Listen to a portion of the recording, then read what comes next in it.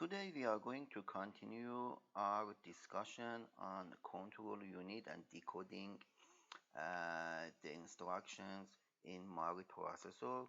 And if you remember, in the last lecture, I said that we have the decoding part and control unit of the microprocessor. In this form, we have instruction registers, which is IR. We have instruction decoder, the matrix of combinational circuits, and we have timing signals, and of course some other inputs. And finally, the output are the control signals that we need to send to the data path to give the instructions the ability to move around and to get executed. So now we know what is IR. What is instruction decoder? Okay, what is the instruction decoder? A instruction decoder gets the bits 12 to 15 of the uh, instruction register is 16-bit register. The bits 12 to 15 enters to instructor decoder, and instructor decoder determines what instruction is fetched and sends the instruction type or the information about the instruction to the control matrix. Let's look to the next slide. Here is our part of our instruction register and instruction decoder. Of course, this part is the instruction registers and bits number 15, 14, 13, and 12. Okay, we see that each bit has like two branches. One is the inform bit itself, and the other one is the complement of the bit. Okay, so and we have several AND gates. How many AND gates do we have? We have the AND gates equal to the number of instructions. If we have 13 instructions, we will have 13 AND gates. So let's see how does it work. This part is instruction decoder. Instruction decoder. But it's not complete. It needs to be included more instructions. Okay, so this one shows the instruction decoder for four instructions. Okay, which instructions? Add, store, load, and JNS. Okay, how does it work? Let's say we have instruction load X. Load X. Of course, X is the address, and it's located in IR 0 to 11. Okay, but what is in IR? What is in IR 12, 13, 14, 15? The address of a load instruction, the opcode, of course, is 001. Okay, we know that 001 is the number for the load instruction, so it's 0001. And if we look to these connections, we see that because IR15 is 0, the complement of 0 will be 1. So I just change the color of lines with information 1 to red. So 14 is 0, so the complement of 0 is 1. 13 is 0, so the complement of 0 is 1. 12 is 1, so 12 is 1. Now we want to look to these AND gates to see which of them has the output of 1. If we look carefully, we see that the only AND gate which is on and has all the inputs set to 1 is load, because load is connected to the like 12 complement of 13 complement of 14 and complement of 15. So the only uh, gate will provides output 1 will be load gate. Okay, and this load line is the output of the instruction decoder. So if the instruction is load, the output load will be activated from and will be sent out of the instruction decoder. If we look to the previous slide, here is instruction decoder. Let's assume this line is for load, okay, for example, and this line is for add and so on. So if the instruction is load, the load output will be equal to 1, and the combination the control matrix using this load and other information can generate the required control signals. Okay, so instruction decoder determines what instruction is fetched from the memory, and the same thing for other instructions. If you if we let's say if we go to JM, if we go to add has the address of 3, so address of 3. So for add we will have this combination, and of course these lines will be activated. And if we look to the connections of the gates, we see that the last gate will be on, and the output of add will be 1. So using this information, IR12 to 15, the instruction decoder determines the type of the instruction. Okay, so now that we know how does the instruction decoder works, let's move to the next part of our decoding, which is cycle counter. If you remember, I said that the cycle counter generates timing signals from T0 to T7. Okay, and so T0 will be activated in the next cycle T1, next cycle T2, cycle after that T3, T4, T5, T6, T7. Of course, when the cycles are generated from T0 to T7 like this,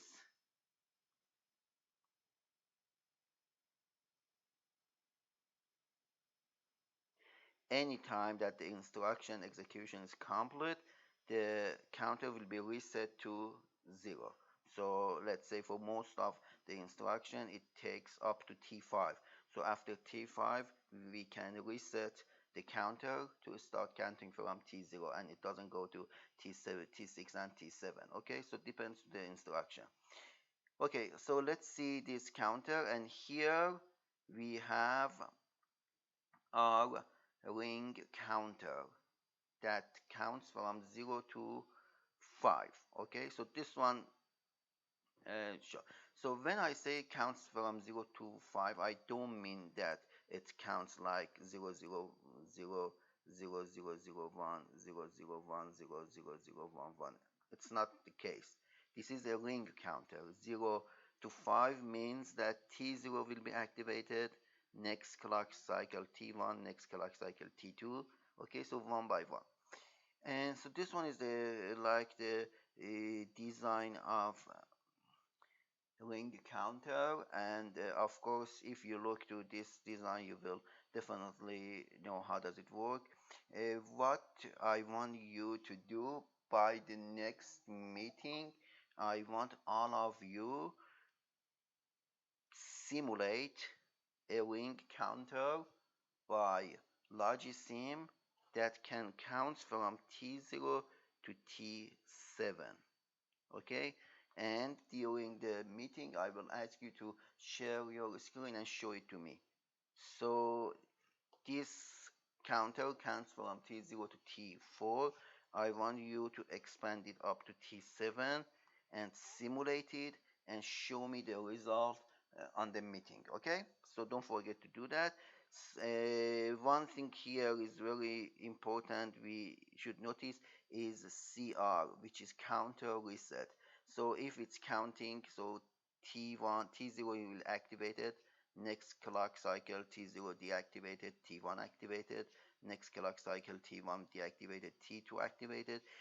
During the counting, anytime we activate the counter reset, or all of them will be set to 0 and T0 will be activated. Okay, so it starts from the beginning. One other thing that I should mention is about the counter reset. You see these small circles here. It means that it is low active. So as long as CR is 1, as long as CR is 1, the counter is working. When the counter changes to 0, the uh, not counter, when the CR sets to 0, the counter will be reset. Okay, so don't forget to simulate this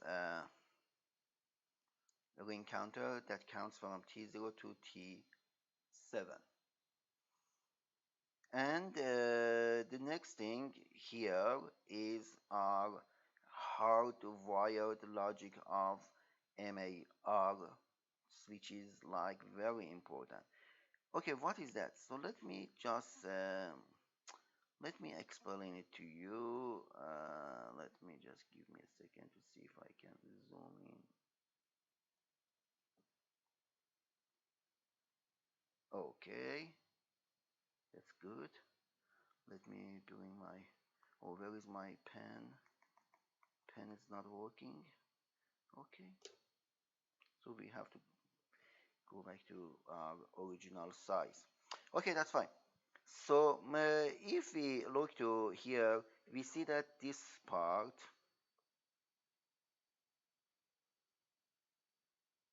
is instruction register. Okay, this part is part of instruction decoder,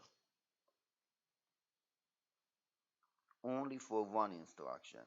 Okay, it is only for one instruction. For which instruction? Here for add instruction. Because if we look, we see that this AND gate, this AND gate, this AND gate is the same as this AND gate. In that picture, we only showing this AND gate connected to instruction register. Okay, but in actual design, we need to consider all of them. But this simple example only shows uh, the hardwiring for one instruction. Okay, so here is instruction decoder, and here is here.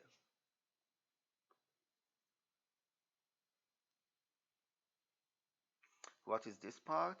If we go back to our slide, this part is control matrix. Control matrix. So this part is control matrix. And these signals are coming from cycle counter. Okay, and this part, what is this part? If we go back to our slide, is control signals. So I'm showing entire of this design for a single instruction, add instruction. So we need to have all those set up for all instructions, but here I'm just showing for one instruction. So control signals are here. So these are control signals.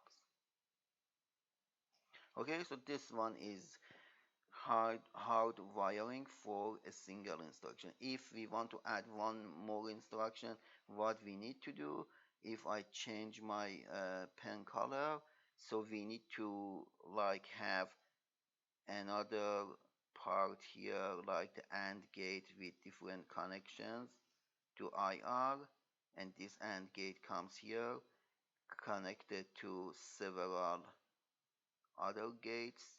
Those gates are connected to these wires, and this part, for example, could be for load instruction. So we need to repeat the same configuration for each instruction. But one thing here, where should we connect these wires? Okay, so we know that why I connected uh, this AND gate in this way, because the add instruction is 0011, and I want, if we have 0011, the output of this AND gate becomes 1. Okay, so it's the reason why I use these connections. Okay, by this type of connection, if we have 0011, the output of AND gate will be 1. But what about these connections? These connections. Okay, if we look to AND gate, sorry, for add instruction, what is the what is the RTL for add instruction? RTL for add instruction, of course, has three lines, three micro operations. One of them, the first one is X moves to MAR, and MAR moves to MBR, and accumulator will be added to MBR and moves to accumulator. Okay, so what is the control signals for first micro operation? Okay, if we look to the first micro operation, we need to find those required signals. Which signals? Of course, to read the data from IR, which is the address from IR, and write it to MAR. What is the address of IR? The address of IR, if we look to our map, the address of IR is 7. Okay, the address of IR is 7. And what is the address of MAR? The address of MAR is 1. So, because we want to read from the address 7, we want to read from the address 7, we need to activate P2, P1, P0 in order to read. For write, we work with P5, P4, P3. We want to read from IR. What was the address of IR? Was 7. So P2 should be 1, P1 should be 1, P0 should be 1. We want to write to MAR. What is the address of MAR? It's 1, so 001. So which signal should be activated? 1, 1, P0, P1, P2, and P3. And if we look here, we see that for the first cycle, P0, P1, P2, P3 are activated. At which time? We know that the execution cycle starts at T3. So if T3 is 1, if T3 is 1, and the signal is add instruction, P0, P1, P2, P3 will be activated. So if time is T3, I showed here, if time is, one more time, if time is T3 and the instruction is add instruction, the output of this gate will be 1 and the signals P0, P1, P2, P3 will be activated, and it means that the IR will be moved to MAR. The same thing for the decoding for the second and third instruction. Okay, so I want you to do the same, use the same technique I used to find the control signals for the first micro operation to find the control signals for the second and third micro operation and compare it with these results. For example, for second micro operation, we want to read from the memory and we want to write to MBR. So find the address of MAR, find the address of MBR, and active those address lines because we want to read from the memory. MR also should be 1. Okay, so if we look, we see that here, of course, MR is 1 at T4. At T4, if the instruction is add instruction, MR is 1 and some P signals are all are 1. Which P signals? Of course, the signals that are read signals for memory and write signal for MBR, and the same thing for the third micro operations. Okay, that's all I have for you today. We continue in the next lecture.